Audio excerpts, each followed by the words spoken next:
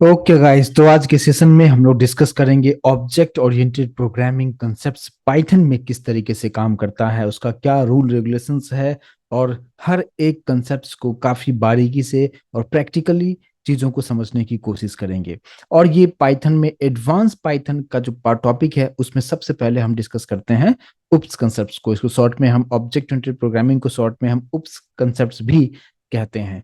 तो क्या होता है उप्स कंसेप्ट्स, उसके बारे में डिटेल हम समझने की कोशिश करेंगे। देखिए, उप्स कंसेप्ट्स में सबसे इंपॉर्टेंट पार्ट आता है और वो दो पार्ट है मेनली, जिसको कि हम कहते हैं क्लास और दूसरा होता है ऑब्जेक्ट। अगर इस दो पर्टिकुलर चीजों को अगर आप अच्छी तरीके से समझते हैं तो आप बेहतर तरीके से आप उसका इम्प्लीमेंटेशन आप प्रोग्रामिंग में डेफिनेटली आप कर सकते हैं। तो यहाँ पे उप्स कंसेप्ट के अंदर में बहुत सारे अलग अलग कंसेप्ट्स हैं। और यहाँ पे सबसे पहले हम डिस्कस करेंगे क्लास क्या है, फिर ऑब्जेक्ट्स क्या है, और उसके थ्रू सिर्फ क्लास एंड ऑब्जेक्ट्स के बेसिस पे हम कुछ एग्जांपल्स को देखेंगे और प्रैक्टिकली चीजों को करके समझने की कोशिश करेंगे।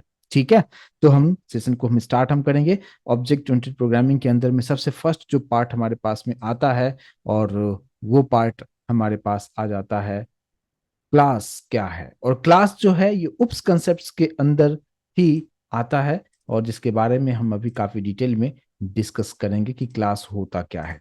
देखिए, एक्चुअल क्लास का मीनिंग अगर मैं आपको सिंपल नॉर्मल प्रैक्टिकल एग्जांपल अगर हम देखें, तो आप सिंपल ये समझिए कि कोई भी, जैसे मान लीजिए कि कोई एक मेडिसिन अगर बनाना है, तो मेडिसिन बनाने के लिए काफ़ी रिसर्च किया जाता है। रिसर्च करने के बाद उसका एक फॉर्मूला बनाया जाता है कि आप अगर हर एक चीज को एक कितना कितना मात्रा में उसको बना दिया जाए और उससे कुछ एक मेडिसिन बनेगा। जैसे अभी आप जानते हैं कि कोरोना के लिए जो है कुछ वैक्सीन्स बनाए गए थे, राइट। तो उसका एक फॉर्मूला होता है कि उसमें क्या क्या चीजें बनाया गया, क्या क्या चीजों को मिला के वो वैक्सीनेशन को तैयार किया गया था, राइट। तो वो जो फॉर्मूला होता है, उस फॉर्मूला को अगर हम देखा जाए तो उसको हम उसी को हम एक क्लास की तरह हम बोल सकते हैं कि वो एक क्लास है, राइट।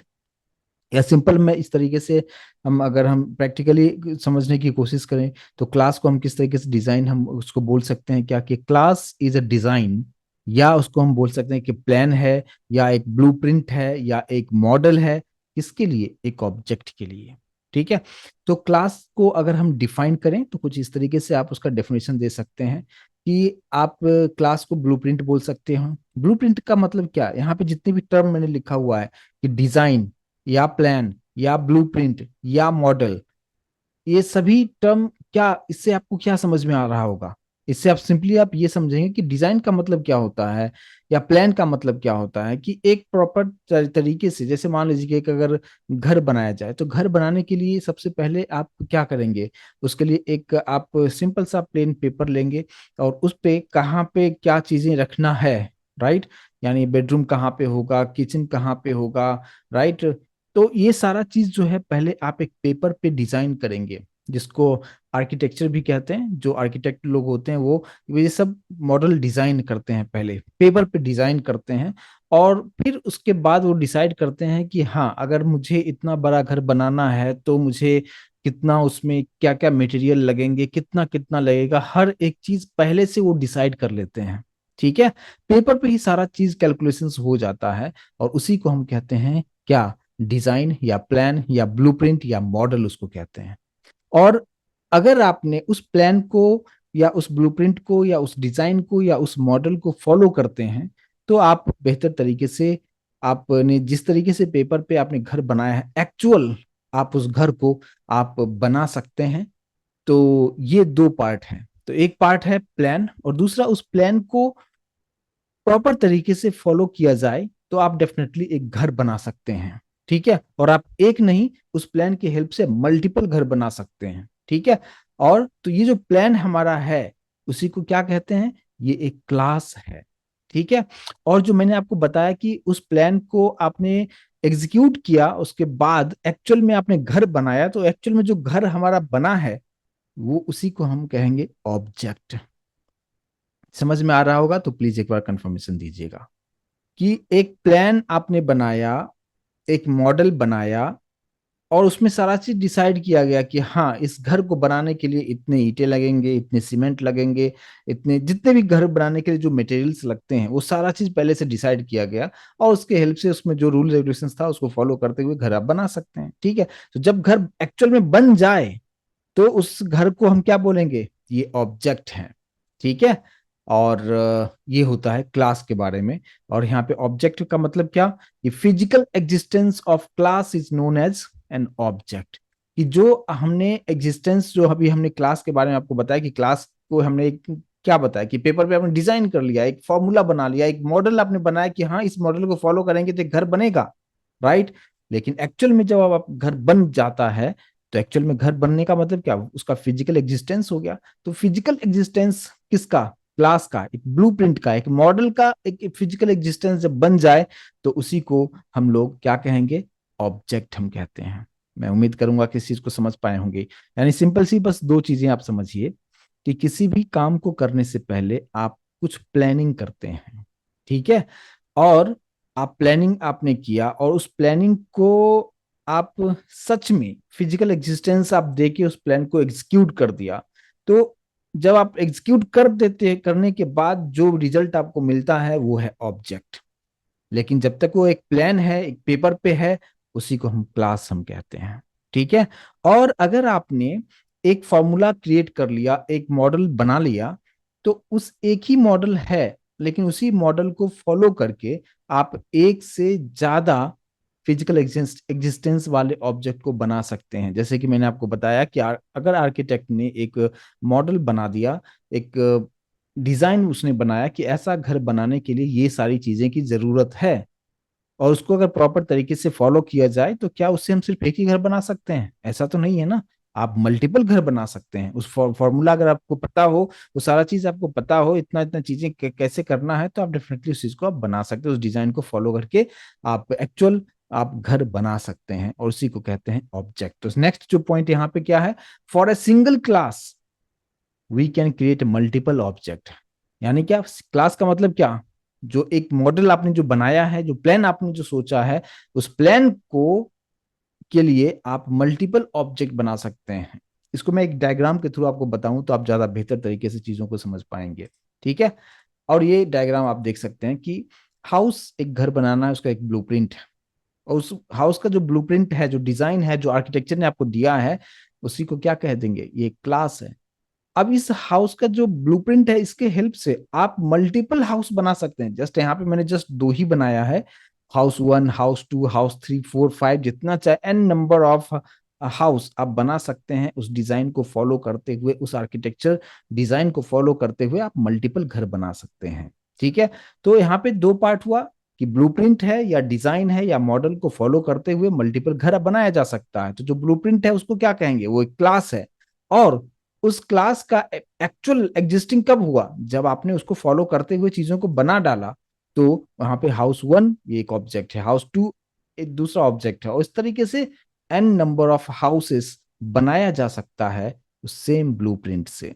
ठीक है, तो ये दो चीजें एक्चुअल आपको समझ में जरूरी आना चाहिए, और उम्मीद करूंगा कि इस कंसेप्ट को समझ पाए होंगे कि उप कंसेप्ट के अंदर में सबसे फर्स्ट पार्ट होता है क्लास, और दूसरा पार्ट होता है ऑब्जेक्ट। तो आपसे अगर इंटरव्यू में कभी पूछा जाता है कि व्हाट इज क्लास, तो आपको सिंपल बताना है कि क्लास एक ब्लूप्रिंट है या एक डिजाइन है, राइट, जिस एक प्लान है जिसके हेल्प से आप एक्चुअल में क्या बनाना चाहते हैं। जैसे कि मान लीजिए कि अगर टाटा कंपनी की कोई कार जब आती है मार्केट में, उससे पहले क्या होता है, उसका जो जो इंजीनियर्स होते हैं, जो डिजाइनर होते हैं, वो डिजाइन करते हैं, पूरा एक पेपर पे डिजाइन करते हैं कि हाँ मुझे ऐसा बनाना है, उसमें ये ऐसा होना चाहिए। वो सारा चीज जो है पहले से डिजाइन करके रखते हैं, एक नोटबुक पे बना के रखते हैं, या अभी कंप्यूटर पे चीजों को डिजाइन करके वो रखते हैं, उसमें कितना चीजें क्या लगेगा, सारा मटेरियल्स वहां पे रखते हैं। ठीक है, और फिर वो डिजाइन को एक्चुअल में एग्जीक्यूट करने के बाद एक कार रेडी हो जाता है। तो अगर मैं आपसे ये कहूं कि वो डिजाइन, अगर आपके पास उसका जो फॉर्मूला है आपके पास अगर मिल जाए, तो उस वैसा कार आप भी बना सकते हैं। बना सकते हैं या नहीं बना सकते हैं, राइट ना।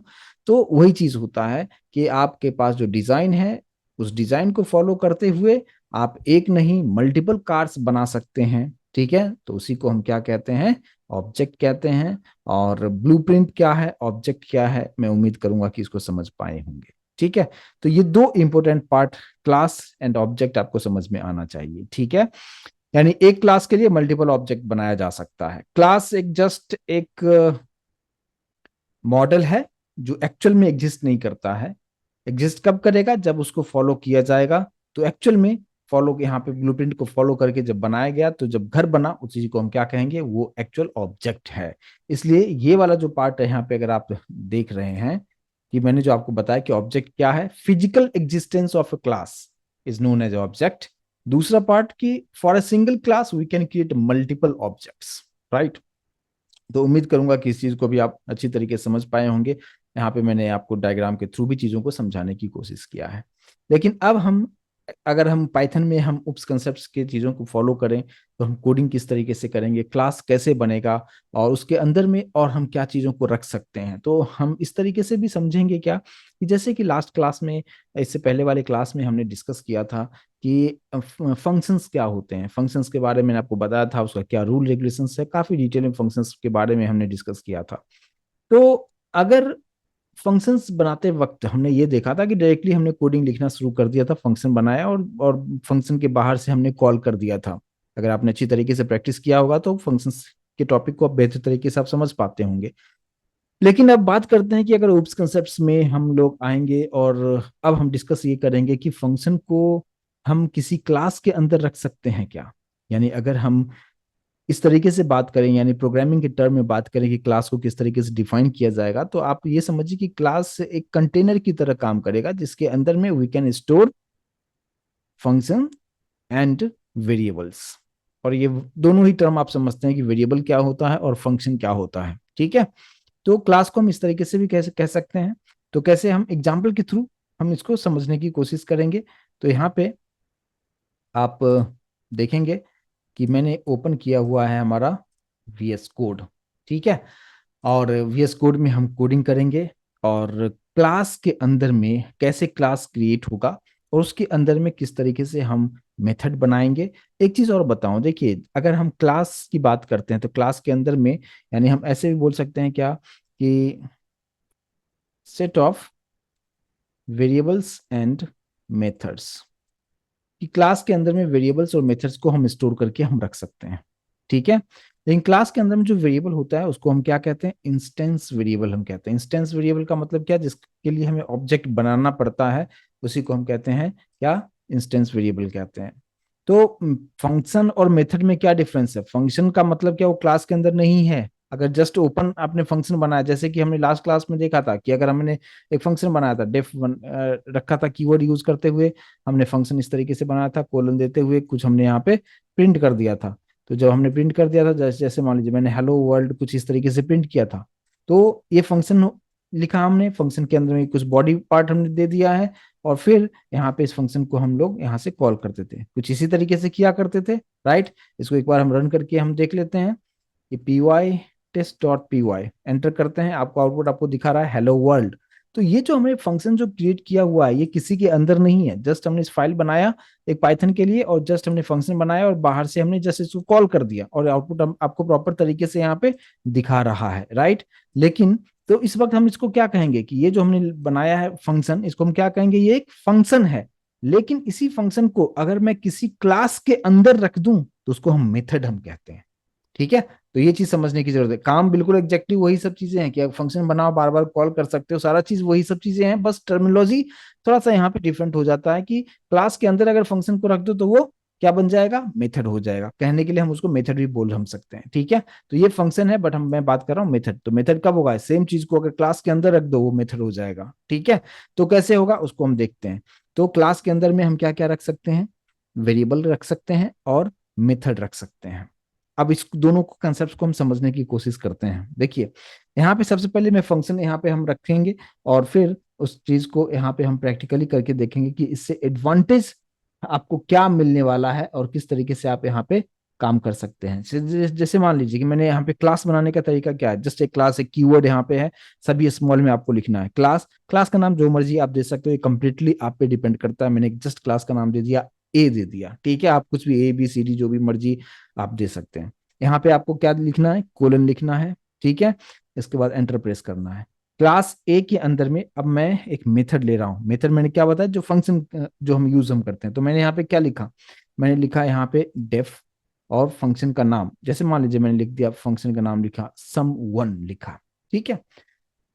अब यहाँ पे एक आपको जो पैरामीटर है, कंपलसरी तौर पे एक पैरामीटर आपको पास करना होता है, और वो होता है क्या, सेल्फ, ठीक है।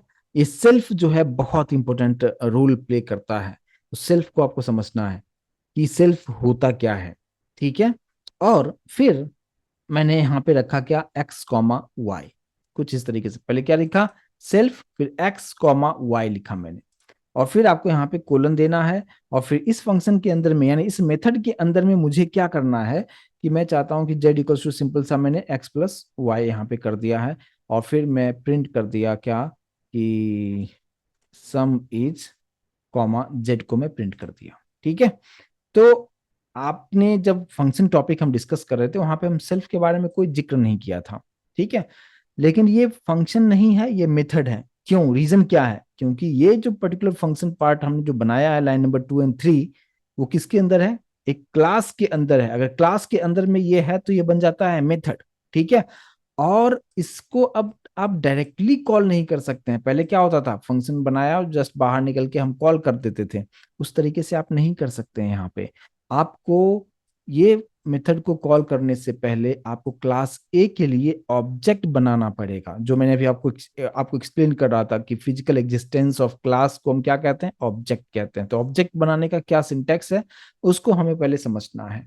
लेकिन अगर यहाँ पे पहले ये चीजें मैं नहीं लिखता हूँ, जैसे मैंने सेल्फ यहाँ पे नहीं लिखा है, कुछ इस तरीके से मैंने छोड़ दिया है, ठीक है। और इसमें तो कोई डाउट नहीं होना चाहिए, क्योंकि जब हम फंक्शन टॉपिक डिस्कस कर रहे थे वहां पे काफी डिटेल में हमें सब चीजों के बारे में डिस्कस कर चुके हैं हम लोग, ठीक है। तो अब हम लोग क्या करेंगे कि यहाँ पे इंडेंटेशन का ख्याल जरूर रखिएगा। देखिए क्लास ए लिखा, उसके बाद एक इंडेंटेशन है, और उसके बाद इस फंक्शन के अंदर जो हमने मेथड के अंदर में जो चीजें बनाए, यहाँ पे फिर स्पेस है। यानी ये जो लाइन नंबर 3 एंड 4 है, ये किसका पार्ट है, इस मेथड का पार्ट है। बट ये मेथड किसका है, क्लास ए का है, ठीक है। तो अब हम क्या करते हैं कि मुझे इसको कॉल करना है, सम वन को कॉल करना है। अभी आप देखिए, अगर मैं चाहूं कि सम वन को मैं कॉल करूं और यहां से कुछ वैल्यू पास करूं, ऐसा, ठीक है। अभी आप देख सकते हैं ये एरर आपको दिखाएगा। जब आप कर्सर यहाँ पे रखेंगे तो बताएगा कि सम वन इज नॉट डिफाइंड पाइलेंस। इसका मतलब क्या कि समवन जो है ये फंक्शन की तरह काम नहीं करेगा। ये फंक्शन जो है हमने जो बनाया है वो किसके अंदर बनाया है, क्लास ए का वो मेंबर है। तो पहले हमें क्या करना होगा, उस क्लास के लिए ऑब्जेक्ट बनाना होगा। तो ऑब्जेक्ट पहले बना के ही उस चीज को किया जा सकता है। तो हम कैसे ऑब्जेक्ट बनाते हैं, सिंटैक्स को समझिए। यहाँ पे जस्ट हमने क्या लिखेंगे, यहाँ पे जस्ट मैंने लिखा ए, ऐसे, ठीक है। ए लिखा और यहाँ पे ब्रैकेट दे दिया। क्लास का नाम क्या था, ए था। और ये इसको हम कहते हैं क्या, हमने यहाँ पे ऑब्जेक्ट बनाया, लेकिन किसमें असाइन करना है। तो मैंने जस्ट स्मॉल ए लिख लेता हूँ, ठीक है। ए ओ कर देता हूँ, मीनिंगफुल नाम रहेगा, ठीक है। ए ओ का मतलब क्या, ए का ऑब्जेक्ट, इस तरीके से आप समझिए, ठीक है। ए ओ मतलब ए का ऑब्जेक्ट इक्वल्स टू ए, जो हमारा क्लास का नाम था, और यहाँ पे पैरेंथेसिस आपको देना है। ये जो लाइन नंबर 5 है, इसको हम क्या कहते हैं कि यहाँ पे मैंने ऑब्जेक्ट बनाया है, किसके लिए, क्लास ए के लिए, ठीक है। अब इससे एडवांटेज ये होगा कि ये जो ए ओ है ये क्या है, ये तो क्लास का नाम लिखा मैंने और ये ब्रैकेट साइन दे दिया है, ठीक है। इससे ऑब्जेक्ट बनेगा, लेकिन मैंने स्टोर उसको किस में किया है, मैंने एक रेफरेंस वेरिएबल लिया है जिसका नाम है एओ। तो एओ जो है कि रेफरेंस वेरिएबल की तरह काम करता है। और अब आप इस एओ में डॉट ऑपरेटर आप यूज करेंगे तो ऑटोमेटिक देखो सम वन आ चुका है कि एओ के हेल्प से you can call some one. और फिर यहाँ पे हमने दे दिया क्या, मान लीजिए कि 2 पैरामीटर था, मैंने 2 वैल्यू यहां से पास कर दिया, ठीक है। अब जब इस तरीके से अगर आप करेंगे तो क्या होगा कि अभी तक जो फंक्शन में देखा था कि ये जो 10 है इस x को असाइन होगा, 20 जो है इस y को असाइन होगा। लेकिन अब यहाँ पे अगर मैं इसको रन करूं तो आपको एक एरर दिखाएगा, और वो एरर क्या होगा कि वो बताएगा कि मिसमैच्ड पैरामीटर है। वो बताएगा कि आपने यहाँ पे जो वैल्यू दिया है, यहाँ पे 2 वैल्यू दिया है और यहाँ पे 2 पैरामीटर है। लेकिन इंटरनली क्या होता है उसको देखिए पहले। यहाँ पे पहले मैं इसको आपको रन करके आपको दिखाता हूँ। जैसे हमने रन किया, आपको यहाँ पे एरर देखने को मिल रहा है, देख सकते हैं यहाँ पे। और वो क्या बता रहा है कि समवन, यहाँ पे लाइन, यहाँ पे टाइप एरर आपको दिखाएगा कि A dot someone takes two positional argument but three were given. ये चीज आपको समझना है, ठीक है। यहाँ पे क्या हो रहा है कि बता रहा है क्या कि आपने जो है यहाँ से आप दो आप दे रहे हो, लेकिन वो जो है यहाँ पे सिर्फ एक ही को कंसीडर कर रहा है। ये यहाँ पे एक प्रॉब्लम हो रहा है, ठीक है। तो जब भी आप कोई मेथड बनाते हो, यानी कोई फंक्शन बनाते हो, लेकिन वो क्लास के अंदर है तो मेथड हो जाता है, तो अब हम मेथड ही बोलें तो ज्यादा बेहतर होगा, ठीक है।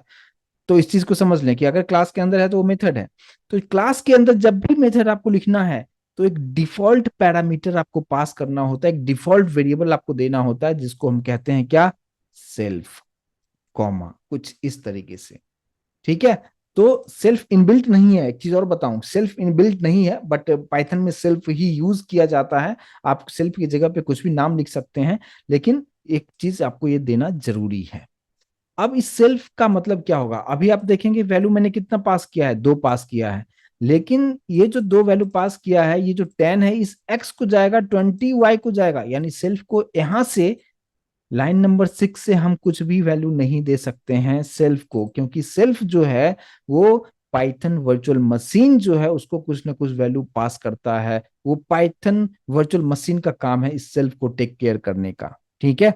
तो लेकिन कंपलसरी तौर पे जब भी आप कोई मेथड बनाते हैं क्लास के अंदर में, तो एक डिफॉल्ट पैरामीटर सेल्फ कंपलसरी तौर पे होता ही है, जिसको हैंडल कौन करता है, पाइथन वर्चुअल मशीन करता है। इसमें जो भी वैल्यू दिया जाएगा वो पीवीएम देगा, यानी पीवीएम मतलब क्या, पाइथन वर्चुअल मशीन ही उसको हैंडल करेगा, ठीक है। तो इसमें हमें वैल्यू देने की जरूरत बिल्कुल नहीं है, इस बात को आप ध्यान रखिएगा। आपने हमने जो वैल्यू दिया क्या दिया, 10 20, आप सोचेंगे कि 10 इस सेल्फ को जाएगा, नहीं, वो 10 इस एक्स को जाएगा। यानी जो भी फर्स्ट वैल्यू, यहाँ पे नाम आप कुछ भी रख सकते हैं, बट फिलहाल आप समझिए कि सिर्फ अगर आपने रखा है तो 10 सेल्फ को नहीं जाएगा, तो सेल्फ को कौन वैल्यू देगा, पीवीएम देगा। आपसे इंटरव्यू में पूछा जा सकता है, ठीक है। तो सेल्फ में हम वैल्यू नहीं देंगे, ये सेल्फ में वैल्यू कौन देगा, पास करेगा, पाइथन का जो वर्चुअल मशीन है वो पास करेगा, ठीक है। तो उसके लिए हम अभी हम डिस्कस नहीं करेंगे कि कैसे देगा वो कैसे नहीं देगा, ये बात की बात है। लेकिन फिलहाल आपको समझना है कि किसी भी मेथड के अंदर एक पैरामीटर तो होता ही होता है, जिसको हम कहते हैं सेल्फ। और ये सेल्फ में अगर उस फंक्शन को जब आप मेथड को कॉल करते हैं तो इसको आपको वैल्यू देने की जरूरत नहीं है, वो वैल्यू देता है पाइथन का वर्चुअल मशीन, इसको वैल्यू कुछ असाइन करता है। अब बच गया हमारे पास दो, तो यहाँ पे हमने दो वैल्यू दिया है, यानी 10 और 20, तो 10 किसको असाइन हो जाएगा, एक्स को, 20 असाइन हो जाएगा वाई को, और फिर यहाँ पे इसके अंदर इस फंक्शन के अंदर में जो भी चीजें होगा उसको वो कैलकुलेट करते हुए जेड में स्टोर करेगा और जेड को प्रिंट करके दिखा देगा। अब हम इसको रन करके आपको दिखाते हैं यहाँ पे। फिलहाल यहाँ पे मैं क्लियर कर देता हूँ और फिर यहाँ पे रन करते हैं हम लोग। अब यहाँ पे मैंने सेव नहीं किया था, जिसकी वजह से वही सेम एरर हमें दिखा रहा था। अब यहाँ पे इसको रन करते हैं। अभी आप यहाँ पे देख पाएंगे सम इज 30 प्रॉपर तरीके से आपको आउटपुट दिखा रहा है। तो इस पर्टिकुलर प्रोग्राम के अंदर में मैंने आपको ये बताया कि क्लास कैसे बनाते हैं। क्लास इनबिल्ट कीवर्ड है, सभी स्मॉल में लिखना है, क्लास का नाम फर्स्ट लेटर कैपिटल में लिखते हैं, आप उसको फॉलो कीजिएगा। और फर्स्ट यहाँ पे उसके बाद कोलन देना है। इस क्लास के अंदर में हमने जो भी फंक्शन बनाएंगे उसको हमने कहा कि मेथड। लेकिन क्लास के अंदर जो भी आप मेथड बनाते हैं, बाय डिफॉल्ट एक जो पैरामीटर होगा वो सेल्फ होगा, और इसमें वैल्यू जो होगा पाइथन का वर्चुअल मशीन ही देगा, ठीक है। कंपलसरी तौर पे होगा, नाम इसकी जगह पे आप कुछ भी रख सकते हैं, कोई मैटर नहीं करता, लेकिन जो फर्स्ट पैरामीटर होता है बाय डिफॉल्ट जो है वो पाइथन ही उसको हैंडल करेगा, पाइथन का जो वर्चुअल मशीन है उसको वही हैंडल करेगा। फिर नेक्स्ट पार्ट आ गया क्या, कि आप डायरेक्टली इस मेथड को एक्सेस नहीं कर सकते हो। जो आप सेलेक्टेड एरिया देख रहे हो ये फंक्शन का पार्ट है, यानी मेथड है, राइट। 2 3 4 जो लाइन नंबर जो मैंने सेलेक्ट किया है ये किसका पार्ट है, ये मेथड है, बट मेथड किसका है, क्लास ए का है। तो आप डायरेक्टली सम वन को कॉल नहीं कर सकते हैं, you have to create the object. तो ऑब्जेक्ट बनाने का सिंटेक्स पाइथन में कुछ इस तरीके से है, जस्ट एक वेरिएबल का नाम लिखिए इक्वल्स टू क्लास का नाम और फिर पैरेंथेसिस आपको देना है। एक्चुअल में ये कंस्ट्रक्टर होता है, हम आने वाले सेशन में डिस्कस करेंगे, ठीक है। तो ये कुछ इस तरीके से आप जस्ट समझिए कि ये सिंटेक्स है ऑब्जेक्ट बनाने के लिए। और फिर इसी ऑब्जेक्ट यानी यहाँ पे एओ जो मैंने बनाया हुआ है, ठीक है, इस एओ में डॉट ऑपरेटर यूज करते हुए ही आप इस समवन को कॉल करेंगे और फिर आपको प्रॉपर तरीके से यहाँ पे आउटपुट देखने को मिलेगा। उम्मीद करूंगा कि इस क्लास, मेथड ऑब्जेक्ट कैसे बनाना है और सेल्फ का क्या काम है। मैं उम्मीद करूंगा समझ पाए होंगे। अगर आप सेल्फ यहाँ पे नहीं लिखते हैं, पैरामीटर कुछ इस तरीके से देंगे, आपने देखा एरर आपको कंपलसरी तौर पे दिखाएगा ही दिखाएगा। ठीक है, क्लियर है? प्लीज एक बार कंफर्मेशन दीजिए। अब क्या करना है? अब ये करना है कि जैसे अभी हमने एक फंक्शन बनाया, एक मेथड बनाया क्लास के अंदर में, आप इस तरीके से एन नंबर ऑफ मेथड बना सकते हो एक ही क्लास के अंदर में। कैसे? चलिए हम लोग एक और बना लेते हैं। डेफ मान लीजिए मैंने सब्ट्रैक्शन के लिए बना लिया, नाम सबस वन दे दिया। ठीक है, यहाँ पे भी सबसे पहले क्या लिखेंगे? सेल्फ, इस बात पे ध्यान देना है। फिर comma x comma why they दिया मैंने, यहाँ पे कोलन देना है, और फिर जेड इक्वल्स टू मैंने कर दिया एक्स माइनस वाई, और फिर हमने यहाँ पे प्रिंट कर दिया, क्या प्रिंट कर दिया? सब्ट्रैक्शन इज कॉमा जेड को प्रिंट कर दिया। ठीक है, तो एक ही क्लास के अंदर में आप जितना चाहें उतना फंक्शन आप बना सकते हैं। ठीक है, इसी को मैंने कॉपी करते हुए और कुछ इस तरीके से रख दिया। इसका नाम मैं क्या दे देता हूं? इसका नाम मैंने दे दिया मल्टी। ठीक है, यहाँ पे मैंने कर दिया मल्टीप्लीकेशन, और यहाँ पे कर दिया कुछ इस तरीके से मल्टीप्लीकेशन। ठीक है, एक और बनाना चाहें, आप जितना चाहें उतना बना सकते हैं। और यहाँ पे मैंने कर दिया क्या? डिवीजन वन कर दिया, और यहाँ पे मैंने डिवीजन कर को डिव इज जेड मैंने कर दिया है। ठीक है, तो अब इस पर्टिकुलर प्रोग्राम में क्लास तो एक ही है, लेकिन इस एक क्लास के अंदर में मैंने यहाँ पे एक मेथड बनाया जो सम दे रहा है, दूसरा सब्ट्रैक्शन दे रहा है, तीसरा मल्टीप्लिकेशन दे रहा है, एंड फोर्थ वन डिवीजन दे रहा है। राइट? फिर अब आपको ये सोचना है कि अगर हमारे पास में चार अलग अलग मेथड हमने बनाए हैं इस पर्टिकुलर क्लास के अंदर में, तो क्या हमें चार अलग अलग ऑब्जेक्ट बनाने होंगे? आप उस तरीके से भी कर सकते हैं, लेकिन यहाँ पे एक ही क्लास है तो हम एक ही ऑब्जेक्ट से सभी को हम एक्सेस हम कर सकते हैं। तो मैंने यहाँ पे एक ऑब्जेक्ट बनाया है जिसका रेफरेंस वेरिएबल एओ है। एओ से अगर मैंने समवन को कॉल किया है तो इसी एओ से हम क्या करेंगे? रेस्ट को भी कॉल कर सकते हैं। तो दूसरा वाला क्या था हमारे पास में? सब्ट्रैक्शन वन था, फिर हमारे पास मल्टी वन, फिर उसके पास डिव वन, कुछ इस तरीके से। ठीक है, लेकिन ये कंपलसरी रखिए कि ये जो हमारा एओ वेरिएबल है, इसी के हेल्प से डॉट ऑपरेटर यूज करते हुए ही आप उसके फंक्शन को यानी क्लास के मेथड को कॉल कर सकते हैं। अब इसको मैं सेव करता हूं और अब आपको रन करके भी आपको दिखा देता हूं। अब देखिए आप यहाँ पे जब मैं रन करता हूँ, अभी आपको ये दिखा रहा है मल्टीप्लिकेशन वाले में आपको क्या प्रॉब्लम दिखाया? नो एट्रीब्यूट मल्टी, मैंने स्पेलिंग मिस्टेक किया है इसलिए प्रॉब्लम दिखा रहा है। मल्टी यहाँ पे तो ठीक लिखा है, लेकिन कॉल करते टाइम मैंने कुछ अलग लिख दिया है। क्या? मल्टी यहाँ पे है, यहाँ पे मल्टी वन है, इसलिए प्रॉब्लम आ रहा था। ठीक है, तो इस बात पे ध्यान दीजिएगा कि जो आपने यहाँ पे मेथड बनाया है कॉल करते टाइम भी वही नाम होना चाहिए, नहीं तो प्रॉब्लम क्रिएट करेगा, जैसा कि अभी मेरे पास आया था। अभी आप देख सकते हैं यहाँ पे सम आ चुका है, सब्ट्रैक्शन मल्टीप्लिकेशन एंड डिवीजन ये सभी के सभी प्रॉपर तरीके से आ चुका है। और एग्जैक्टली सेम आउटपुट जो है मैंने जब फंक्शन टॉपिक बता रहा था वहां पे भी आपको करके दिखाया था, लेकिन वो फंक्शन था। लेकिन अभी मैं बात कर रहा हूं कि क्लास के अंदर आप फंक्शन को रखते हैं तो वो बन जाता है मेथड। अगर मेथड आप रखते हैं तो कंपलसरी तौर पर आपको फर्स्ट पैरामीटर सेल्फ रखना है, बट सेल्फ को आपको कुछ वैल्यू देने की जरूरत नहीं है। वो कौन देगा? पाइथन का वर्चुअल मशीन इसको हैंडल करता है। आपको वैल्यू जो भी आप देंगे वो एक्स और वाई को जाएगा, सेल्फ को नहीं जाएगा। और सेल्फ की जगह पे आप कुछ भी यूज आप कर सकते हैं। ठीक है, क्लियर है? तो प्लीज एक बार कंफर्मेशन दें कि ऑब्जेक्ट बनाने का क्या सिंटैक्स है और कैसे आप यहाँ पे जो ऑब्जेक्ट हमने बनाया है ए इस तरीके से, तो जो क्लास का नाम है उसी के थ्रू आपको चीजों को करना है। ठीक है, ये हमारा रेफरेंस वेरिएबल हो गया। इसी रेफरेंस वेरिएबल के हेल्प से आप उस क्लास के सभी मेथड्स को आप कॉल कर सकते हो आप, और जितनी बार चाहें उतनी बार कॉल कर सकते हैं आप। ठीक है, तो ये एक पार्ट मैं उम्मीद करूंगा कि इस कंसेप्ट को भी आप अच्छी तरीके से समझ पाए होंगे। यहां तक क्लियर है? तो प्लीज एक बार कंफर्मेशन दें। राइट, अब आपके मन में ये क्वेश्चन होगा कि हम सिर्फ एक ही क्लास बना सकते हैं। तो ऐसा बिल्कुल नहीं है, आप जितना चाहें उतना क्लास बना सकते हैं। जिस तरीके से अभी मैंने आपको क्या बताया कि क्लास ए हमने बनाया, उसके अंदर में हमने चार मेथड बनाया। अब चार नहीं, 4000 मेथड बना सकते हैं। सेम उसी तरीके से हम जितने अलग अलग क्लासेस चाहो उतने अलग अलग क्लासेस बना सकते हैं। इससे आपका कोड काफी ऑर्गेनाइज्ड हो जाएगा। ठीक है, तो अभी हम उस चीज को भी हम करके देखेंगे कि जैसे भी यहाँ पे क्लास ए के अंदर में जो ये सम वाला पार्ट है, ठीक है, अब यहाँ पे मैं ऐसे कर देता हूँ क्या कि दूसरा क्लास क्रिएट कर दिया, क्लास बी कोलन। अब क्लास बी का मेंबर ये पार्ट हो जाएगा, और यहाँ पे इंडेंटेशन पे ध्यान रखते हुए यहाँ पे क्लास सी ले लिया। ठीक है। अब मल्टीप्लीकेशन वाला जो पार्ट है, यानी ये जो है हमारे पास जो सेलेक्टेड एरिया जो आप देख रहे हैं, ये मेथड जो है ये किसका मेंबर हो चुका है, सी का मेंबर हो चुका है। ठीक है। और उसके बाद फिर हम एक और ले लेते हैं क्लास डी, और क्लास डी का मेथड का नाम है div1।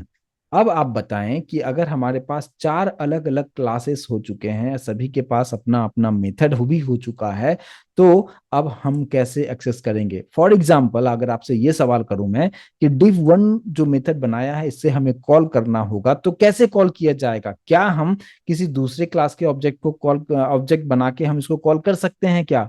तो डेफिनेटली आपका आंसर होना चाहिए नहीं, ऐसा नहीं होगा। अगर आप div1 को कॉल करना चाहते हो तो div1 किसका मेंबर है, क्लास डी का मेंबर है, तो आप क्लास डी के ही ऑब्जेक्ट बनाओगे और उसी ऑब्जेक्ट के रेफरेंस से आप इस मेथड को कॉल करेंगे। तो इस पर्टिकुलर एग्जांपल में आपके पास कितने टोटल क्लास हैं, तो हमने चार अलग अलग क्लासेस बनाए हैं, A B C and D. तो आपको सभी क्लासेस के लिए सेपरेटली ऑब्जेक्ट बनाना होगा, जैसे कि हमने ए के लिए बनाए हैं। अब बताइए कि बी के लिए ऑब्जेक्ट कैसे बनाएंगे। तो हमने क्या किया, एक कोई भी वेरिएबल ले लिया, बी ओ, नाम से समझ में आना चाहिए, बी का मतलब बी का ऑब्जेक्ट है। ठीक है। इक्वल्स टू जस्ट आपको बी लिखना है। अच्छा, जो जिनका बैकग्राउंड सी प्लस प्लस और जावा सीखे हैं, वहां पे ऑब्जेक्ट बनाने में न्यू कीवर्ड यूज किया जाता है, बट पाइथन में नहीं किया जाता है, इस बात पे ध्यान देना है आपको। ठीक है। और जो डायरेक्टली पाइथन सीख रहे हैं तो उनको तो कोई प्रॉब्लम नहीं होना चाहिए। CO इक्वल्स टू आपको जस्ट लिखना है क्लास का नाम और पैरेंथेसिस देना है। डी के लिए ऑब्जेक्ट कैसे बनाएंगे, डी का लिख के लिए जस्ट मैंने डी नाम दे दिया है, और यहाँ पे कुछ ऐसे दे दिया है। ठीक है। तो ये लाइन नंबर 17, 18, 19, 20, इसमें हम क्या कर रहे हैं कि सभी क्लास के लिए हमने ऑब्जेक्ट बना दिया।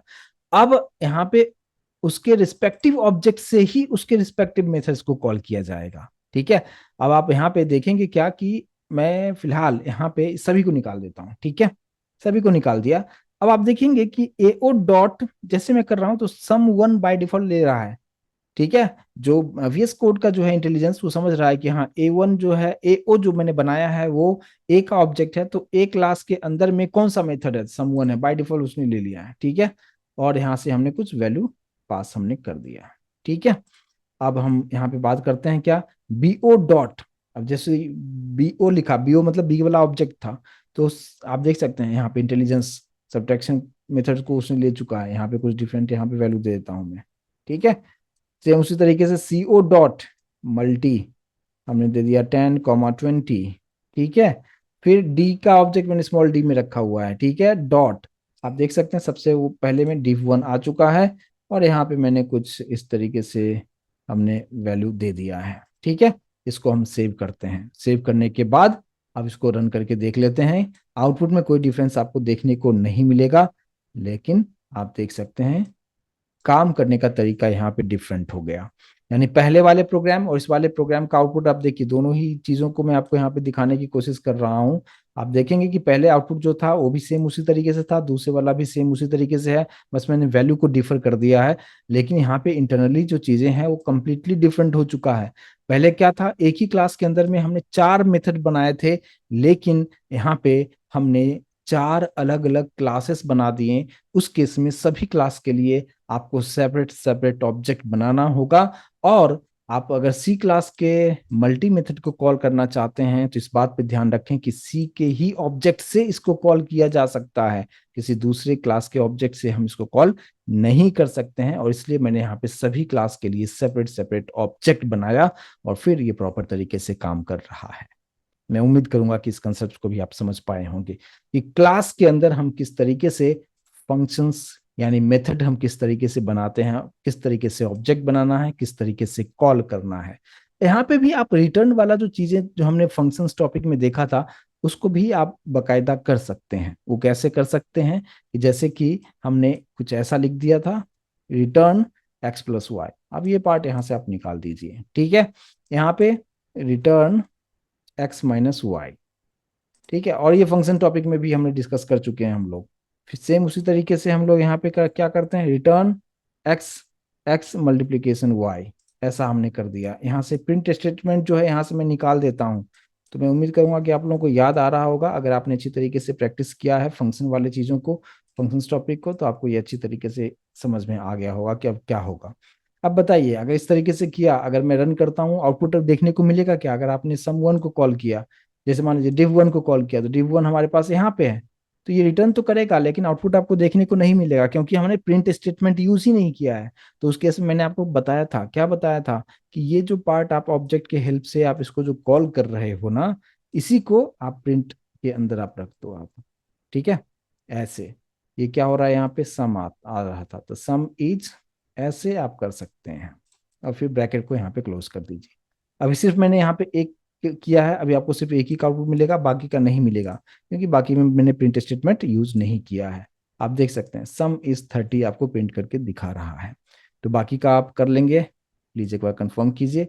बाकी फिर से यहाँ पे भी आपको क्या करना होगा, प्रिंट, है ना, यहाँ पे मैंने कर दिया सब्ट्रैक्शन इज, कुछ इस तरीके से कर दिया। अब अगर आप रन करेंगे तो सब्ट्रैक्शन वाला भी पार्ट हमें प्रिंट करके यहाँ पे डेफिनेटली दिखाएगा। अब देख सकते हैं सम भी आ गया, सब्ट्रैक्शन भी आ गया। और सेम इसी तरीके से आपको यहाँ पे भी प्रिंट स्टेटमेंट, प्रिंट फंक्शन के अंदर में चीजों को कर देना है। तो ये मैंने आपको बताया कि क्लास क्या है। फंक्शन जो ऑलरेडी डिस्कस किया था उसी को हमने यहाँ पे मेथड कह दिया, लेकिन यहाँ पे सेल्फ का बहुत इंपॉर्टेंट रोल है, इस चीज को आपको समझना है। सेल्फ कंपलसरी तौर पे आपको लिखना ही है जब भी मेथड बना रहे हैं आप। मेथड का मतलब क्या, आप क्लास के अंदर में जो भी फंक्शन बनाते हैं उसको हम मेथड कहते हैं। उस वक्त आपको सेल्फ कंपलसरी तौर पे आपको यहाँ पे लिखना है। सेल्फ का और क्या क्या रोल होता है उसके बारे में भी हम यहाँ पे आपको थोड़ा सा और डिटेल आपको बताएं कि सेल्फ से क्या सब चीजें होगा, क्योंकि मैंने अभी आपको एग्जाम्पल के थ्रू चीजों को समझा दिया है। अभी आप देखिए यहाँ पे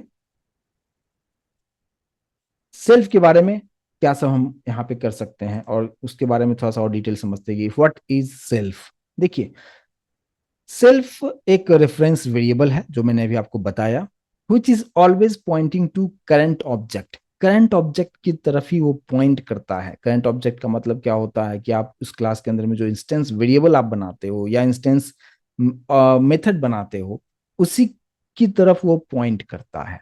और इंस्टेंस का मतलब क्या होता है, ऑब्जेक्ट बनाना। ठीक है, तो ये फर्स्ट पार्ट हो गया। विद इन सेकेंड पॉइंट पे आते हैं कि within Python class to access current object we use self.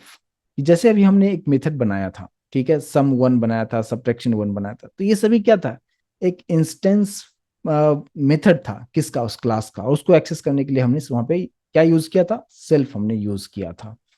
फिर हम आते हैं क्या, the first argument to the constructor is always self. एक चीज बताएं कि कंस्ट्रक्टर वाला जो पार्ट है हम आने वाले सेशन में डिस्कस करेंगे, लेकिन अगर आप नॉर्मल मेथड भी बनाते हैं तो बनाते हैं, लेकिन अगर वो क्लास के अंदर है तो फर्स्ट जो पैरामीटर होगा, जो आर्गुमेंट होगा, वो सेल्फ होगा। जो भी मैंने आपको बताया कि first argument by default self होगा।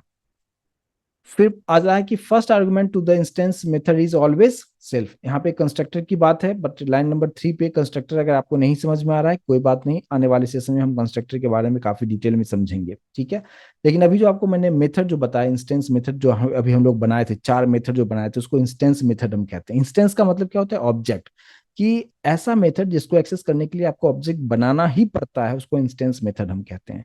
तो फर्स्ट आर्गुमेंट इंस्टेंस मेथड के अंदर में भी हम जब भी हम पास करेंगे क्या होगा, सेल्फ ही हम पास करेंगे, इस बात पे आपको ध्यान देना है। ठीक है, तो कंस्ट्रक्टर में भी फर्स्ट आर्गुमेंट क्या होगा, सेल्फ होगा। मेथड में भी फर्स्ट आर्गुमेंट क्या होगा, सेल्फ होगा। मेथड का मतलब क्या, जो क्लास के अंदर की फंक्शन की बात करें उसी को हम मेथड हम कहते हैं।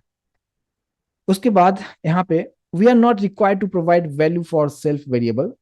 पीवीएम का मतलब Python virtual machine itself will provide value. जैसे मैंने अभी आपको वही सब चीजें बताया कि हमें मैनुअली उस सेल्फ वेरिएबल को कुछ वैल्यू पास करने की जरूरत नहीं है, पाइथन वर्चुअल मशीन ऑटोमेटिक उसको कुछ ना कुछ वैल्यू दे देता है। We always use self within the class only. और मैंने अभी आपको बताया कि क्लास के अंदर में ही हम सेल्फ का यूज करेंगे। ऐसा नहीं कि जैसे हमने लास्ट टॉपिक हमने फंक्शन देखा था, फंक्शन के अंदर में हमने कहीं पे भी सेल्फ का कोई जिक्र नहीं किया था। ठीक है, तो जब भी हम क्लास के अंदर फंक्शन बनाते हैं तो उसमें फर्स्ट पैरामीटर सेल्फ हमें यूज करना है, तो क्लास के अंदर ही होगा, इस बात पे ध्यान देना है।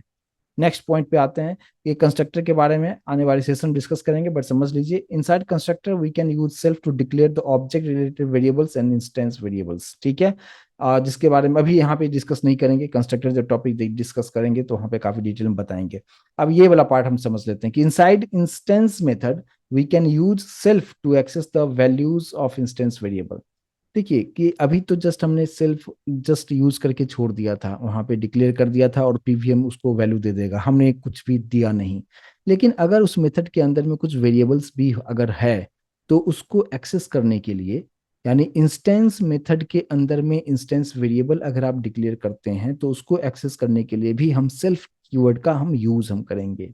ठीक है, कैसे करेंगे हम आगे आने वाले सेशन में डिस्कस करेंगे। ठीक है, लास्ट पॉइंट कि self is not an inbuilt keyword. बहुत सारे लोगों को लगता है कि सेल्फ, आप कहीं पे भी आप बुक में देखेंगे, कहीं पे भी आप देखेंगे तो सेल्फ ही हमेशा यूज किया जाता है, लेकिन वो एक इनबिल्ट कीवर्ड नहीं है। आप उसकी जगह पे कुछ भी आप यूज आप कर सकते हैं।